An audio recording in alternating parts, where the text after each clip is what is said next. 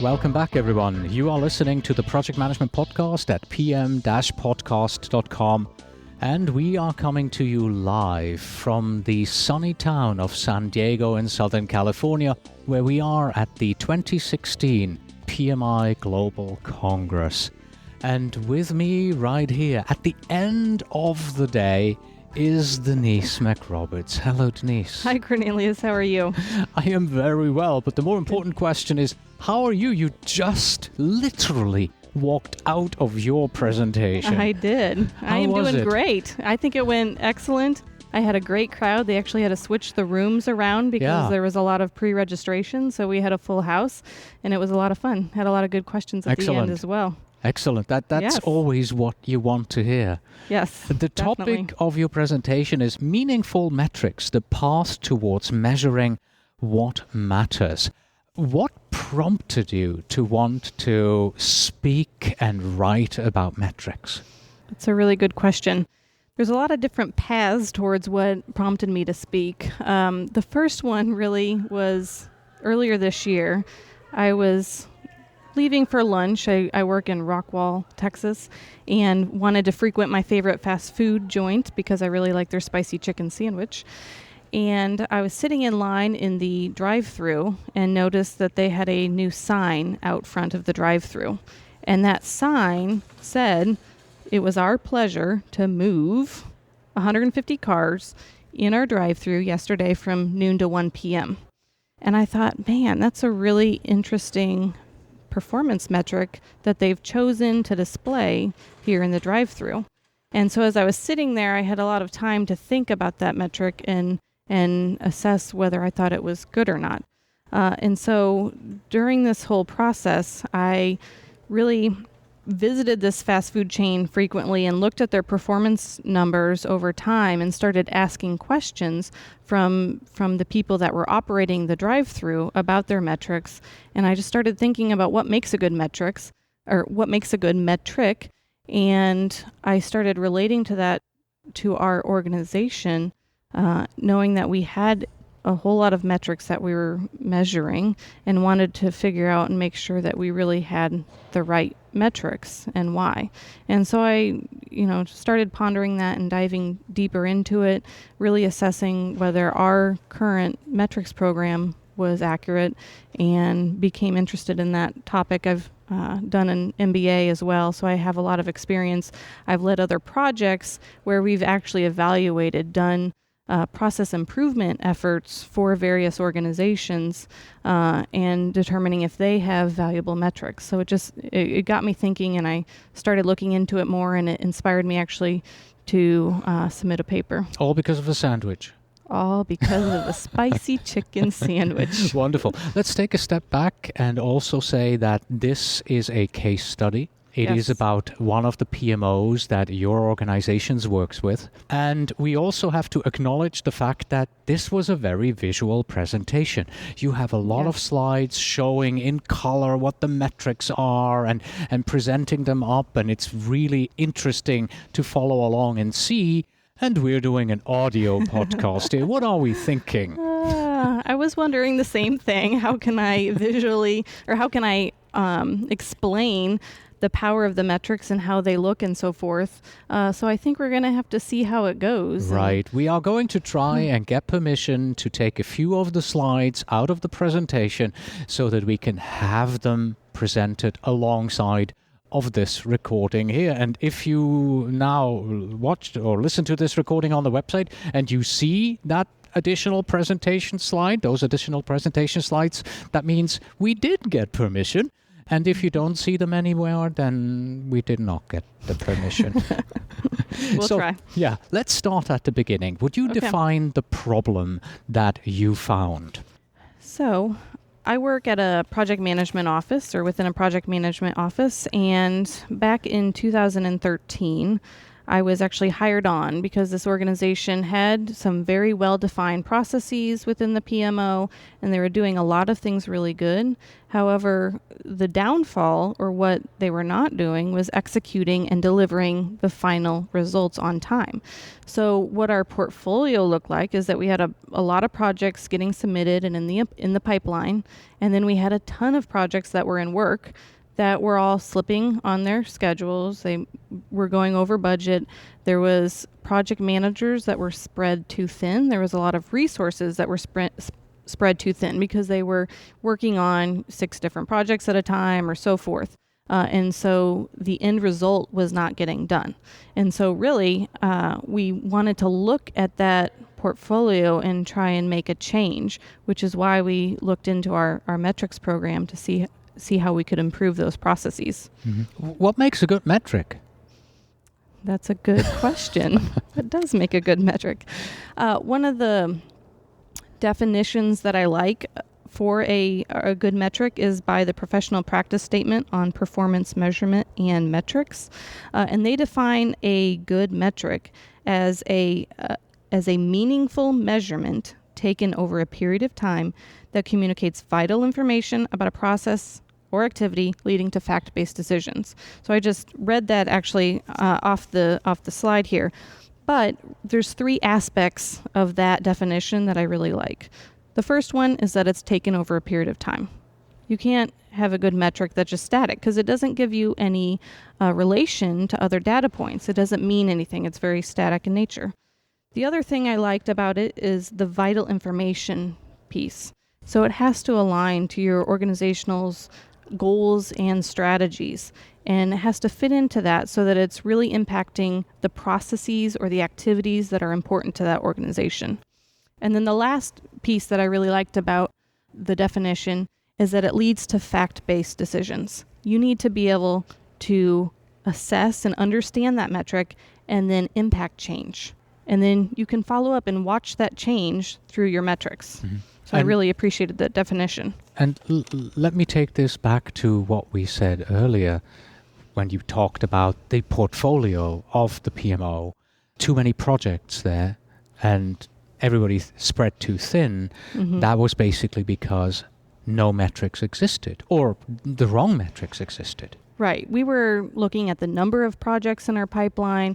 We were looking at end dates and so forth, but no one was tracking those end dates to say, this is how many times this project has been rebaselined, or this is how, what percentage we are over on schedule, or this is how the cost financials are looking throughout the project. They weren't at any one point in time looking at that information and asking the key questions we needed to ask both our project managers, our resource managers, and the resources working on that project. So as a result, they continue to go on longer than they ideally should. Mm. But then before you actually went in and said, okay, we need metrics, you started at a completely other end with the PMO maturity. Tell us about that journey.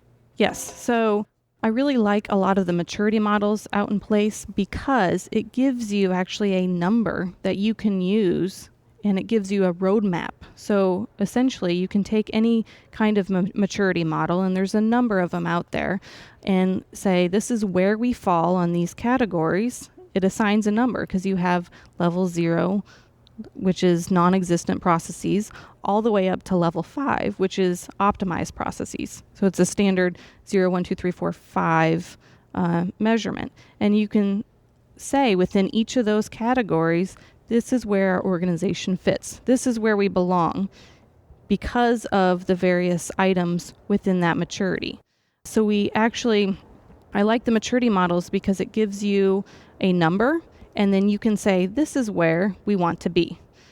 And you can do a gap analysis and assess. And of course, the number is not just a number, but there are definitions behind a number that says a maturity 2 is so-and-so. That is correct. Maturity yes. 3 is better in this area, does this, does that. Maturity yes. 4 does that. Yes. So the maturity model that we used inside of our organization was loosely based off OPM3, which is the Organizational Project Management Maturity Model. And within that, there are key definitions on where you fit on a number of different categories. In the case of our maturity model, we assessed ourselves against 9 different categories. And those categories are organization, strategy, leadership, people, process, technology, alignment, relationships, and metrics. And within each of those categories, there are specific attributes, what constitute a level 0, a level 1, 2, 3, 4, and 5 in those categories. We asked our organization's executive leadership to circle within each of those categories the attributes on where we fell. So internal survey. Yes, it was an internal survey. Okay. And then we got everyone together in a room and said, these are all the results, and here's some changes, here's some differences in what you provided for responses. What do you think our actual number is? And we had a conversation, came up with a consensus number on what our maturity was. Okay.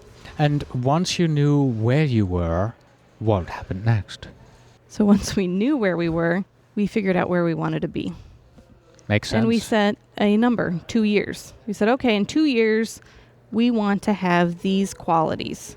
And we went down those 9 different categories and said we want to have a good, strong metrics program in place. So we want to be a 5 on the metrics area and so forth. These are the certain attributes that we want to follow, and that gave us a resulting number. So when we first started, this is 2 years ago, or early 2013 actually, late 2013, we were self-assessed by our organizational leadership at being a 2.4 from a maturity perspective, so 2.4 out of 5.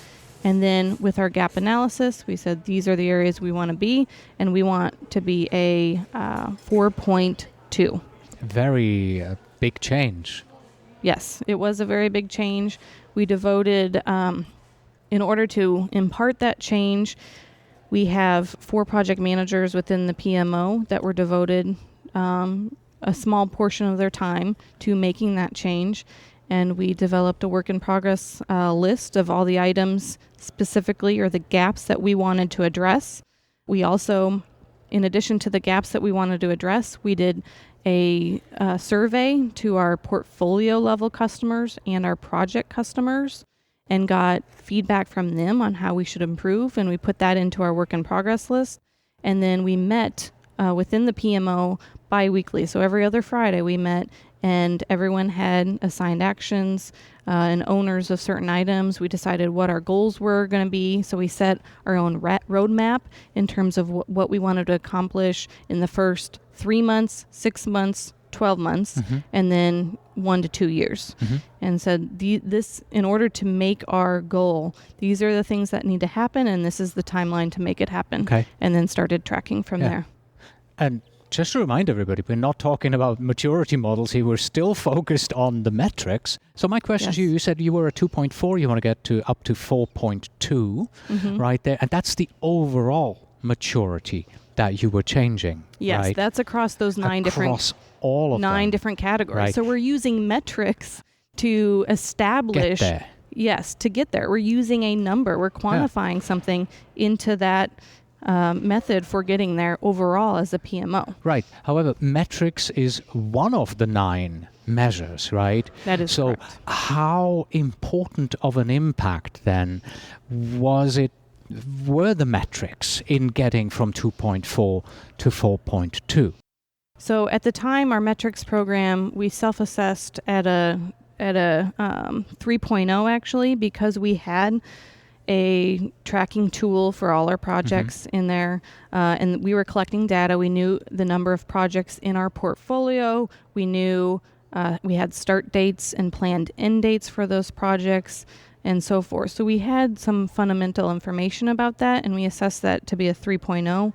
We wanted to get to 5.0 because we wanted to shift our metrics from being more stationary or static to something that was more predictive, that we could impart those decisions I talked about in the definition earlier, and actually be able to look at our portfolio and ask the key questions that we needed to ask to get our projects executed on time, on budget, and with the quality constraints that we needed. How were these metrics developed? The new metrics, the improved metrics? by a lot of hard work and a lot of Excel calculations and so forth. I think it's, one thing I really want to stress is that you can't put together an organization and slap metrics in at the end and say, oh, I have a great metrics program. It's all done. You have to embed metrics along your organization. If you want to measure something, there have to be points where you can measure this.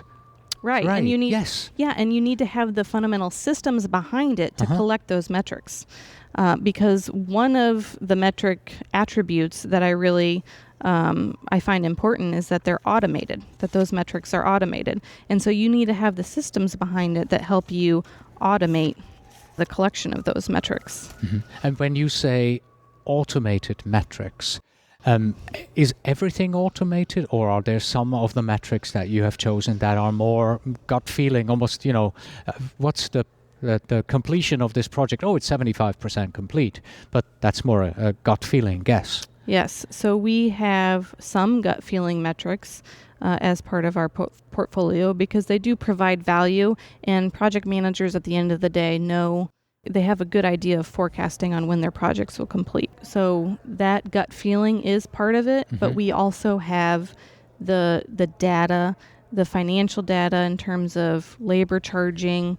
We have how many resources and how those resources are weighing on the project, if they're actually performing to the level they should, and so forth, to really provide the value. So you have both spectrums where you have some gut feeling that we show, as well as the specific data collected. Who decided which metrics are the right ones for the PMO to be collected in the future? Because there's a wide spectrum of metrics, and you had to make a selection and say, well, we're taking this one, but not this one here. Yeah, that's a good question. A lot of it comes down to what your organizational goals and strategy are. And as a PMO, a lot of times your goal is to complete projects on time, within schedule, and under the right scope. So it's common to have some kind of schedule and budget and scope metrics as part of that.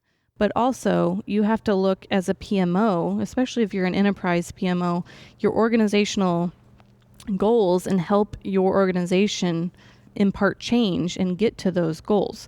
And so you have to look at those organizational goals and strategy and make sure that your metrics are a part of that and can track how successful you are towards that. So it may be as simple as having specific goals. A project will meet certain strategic objectives. And so your goals are to make sure this project gets completed within X% of schedule or whatnot. Do you measure the same metrics on all projects? That's a good question. We do measure a lot of metrics similar across our portfolio because it's automated to do so, but we do things different based on the methodologies of those projects. So we have 3 different methodologies: a waterfall-based methodology, an agile methodology, and an ASAP methodology. So they view, or they look a little different. For example, we do an estimate for our agile projects up front. So we say, hey, it's going to be X dollars, and this is the time constraint that we want to complete it in. But we're not reporting on if it's in requirements or design or closing and so forth. We actually say this project is in sprint 2 of 6, and we do estimates that way. So they're similar but different. All right. Let's jump into 2 levels here. We want to take a look at the project-specific metrics and then also look at a few portfolio-specific metrics. So tell us, what are the meaningful metrics that your company is measuring at the PMO level for projects? All right. So at a project level, there's a lot of individual things related to budget and schedule. We do have charge codes. We have a unique identifier for each of our projects so that we can easily track. A lot of names change over time with projects, and just how the community refers to projects change. So we like to have that unique identifier. We also have charge numbers assigned to all of our projects because developing estimates and tracking to those estimates is a key component in budget. And if you don't have those charge codes done in an automatic in an automated fashion, then it's difficult and manually intensive in order to collect that information. From a more of a gut feeling check, we do collect overall status. So that's whether the PM feels that the project is on track, at risk, off track. Green, yellow, red? Yes, Okay. exactly. And that same green, yellow, red applies to scope, schedule, quality, and cost. And so they have gut feelings that they present on those other items. That's really the only gut check item that we present in our metrics. We also look at the project start and end date, how many days have elapsed, and what the period of performance or the percentage of period of performance we're through on that project. So, for example, you have a project that's 180 days, and we're halfway through. We know that we have 90 business days to complete that particular project. We have both labor data included, and then everything else is considered non-labor data. Anything that any equipment, any even consulting fees that might come in on a monthly basis that aren't tied into our labor data system are reported separately and show visually on our tactical level dashboards. And those tactical level dashboards are really the individual project level, so that a project manager can grab their dashboard, see it at any one point of time where their labor falls out, and so forth. One of the key elements that I like out of the financial information on these dashboards is the percent over and under burn. So at any one point in time, a project manager knows if their project is on track or over or under budget based on the timeline. So you look at a flat line spend plan where you're assuming a constant rate of burn over time, and you can see if your labor data shows above or below. So if you're 9% over budget at that point in time, you're 9% over your flat line spend. And that visual representation then is tracked over time. And this is where you get a simple graph where you have your X and your Y axes, and you can see how that relates to your flat line spend. It's a good visual to see if you're burning hot at first, if you have a high rate of consumption in terms of labor spending a lot of time, and that can help you forecast for where you're going to be moving in the future. So it's just a really good visual in terms of the project financials. It helps also to break out by week your planned and actual hours to see your staff allocations, where they're allocated on that spend, and how they perform against their planned percentage burn. Because each of our projects, we do estimates, or we try and do estimates ahead of time that assign a percentage for each resource. None of our resources generally are working 100%, unfortunately, because we have a lot of production work that's also done in conjunction with projects, and so we're working with limited resources. From a resource perspective, we like to have the planned percent of resources by week over the course of the project, and then we like to see where the actual labor data falls. So, for example, if we plan someone to be on the project 60% time, we can look at the actual labor data and see that they have only been burning at, for example, 40%. We can then go to the functional manager and say, hey, why is this resource not fully committed to the extent that you had promised them? And we can ask those questions at that time. Okay. You mentioned a couple of times that everything is automated.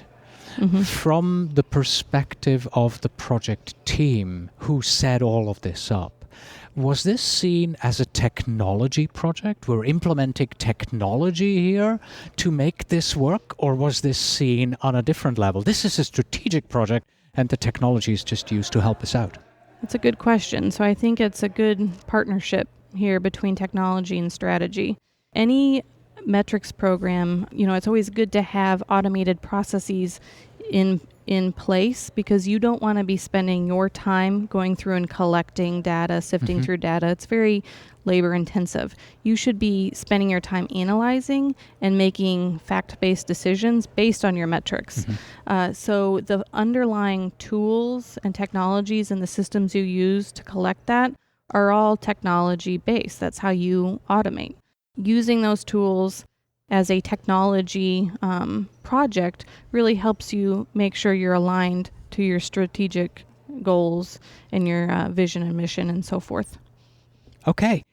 We're moving up from the project-specific metrics to the portfolio level. Now, assuming that, from the project level, it is going to be aggregated into the portfolio, there are not going to be any new metrics that you're suddenly generating, right? That's correct, but they're looking at them at an aggregated level. Mm-hmm. So at the portfolio level, really, we're looking at each project as a line item. Mm-hmm. And if you can envision, you have a dashboard looking view with one project on each line going down with all of the similar items that I've explained before, but much more visual in nature.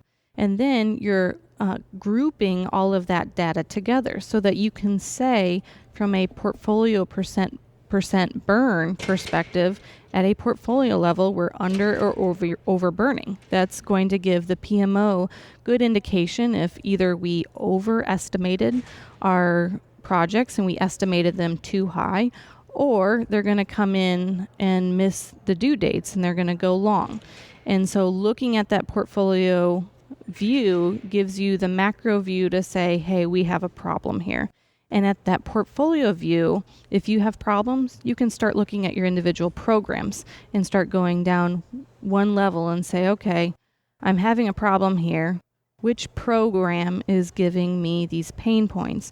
And you can dive in and look at the same information at the program level. Might be a specific project that's throwing all your metrics, across the portfolio off.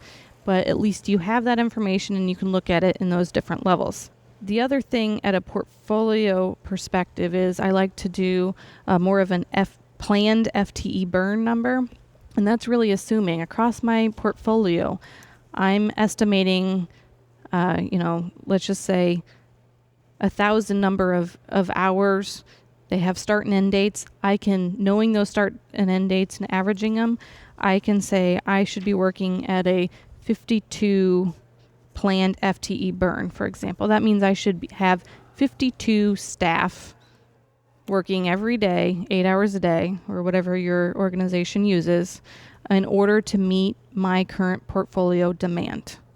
If I do anything more or anything less, my timelines are going to change, and I may be at risk of not delivering accordingly.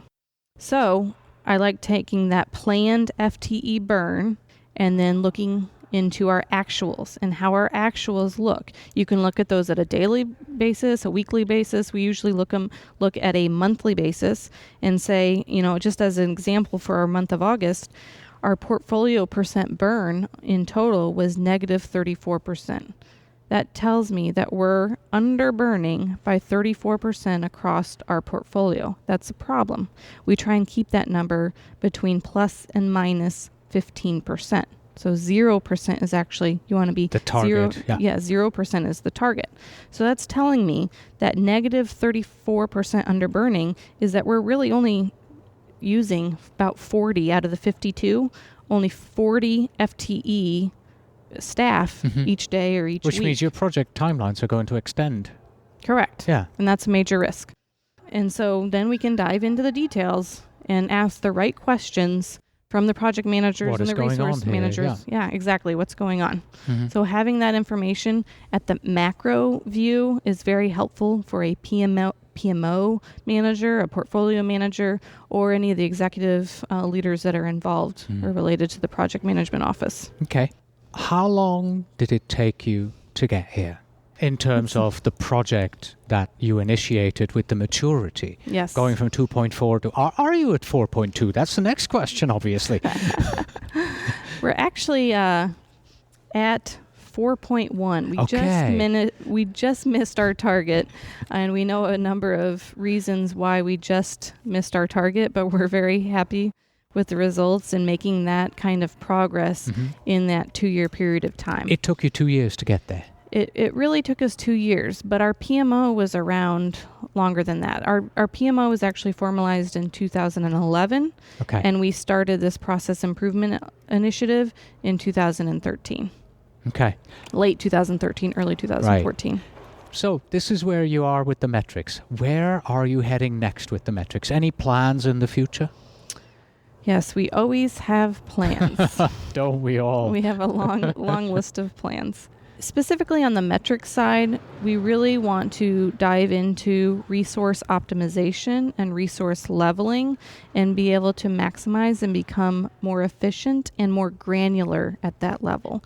We'd like to be able to have project schedules across the board that link together so that we can see, in the next 3 months, have a detailed dive at the individual task level where those projects are so that we can kind of shift as things change, because they always do. We can go to the resource managers, we can go to the resources themselves and say, hey, this is delayed. You're not going to get to this week. Why don't you shift and work on this project instead? So that we can really share and optimize those resources across the entire portfolio and really provide the best results for the company as possible and drive the bottom line. Is everybody happy with how it turned out?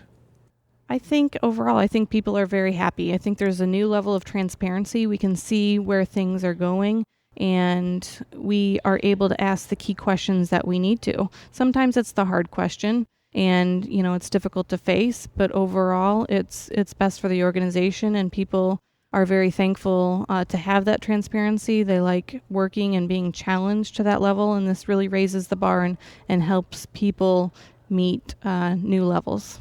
In conclusion, for all project managers out there who are embarking on this, who know, our PMO isn't performing, we need to do something about this. What are your lessons learned? What can you tell them? It's a great question. I think the main thing is that you cannot implement a metrics program overnight.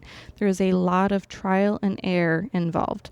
So we have gone through a number of different iterations that we thought provided the value, and we looked at the data, and really at the end of the day, it didn't help us. It didn't help us make those fact-based decisions.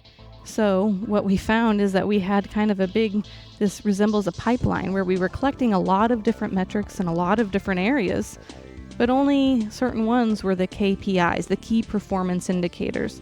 And so instead of displaying all of that data to everyone, we said, here's the 5 to 10 points that are more critical and more crucial and allow us to make those fact-based decisions. And those are the ones that we really want to grab and focus on and use those to make change to our organization. Excellent. Denise, thank you so much for being on the program. I really appreciate it. Thank you for the opportunity.